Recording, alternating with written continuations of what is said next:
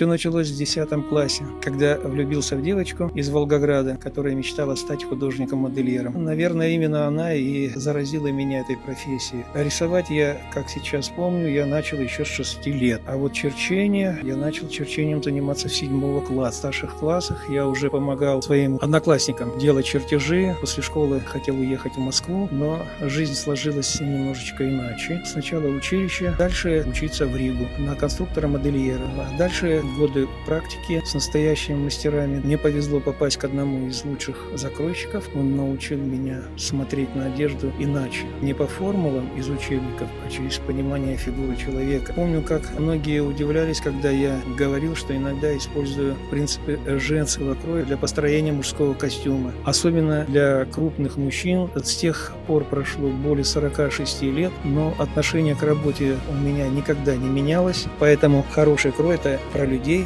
для которых я создавал вещи.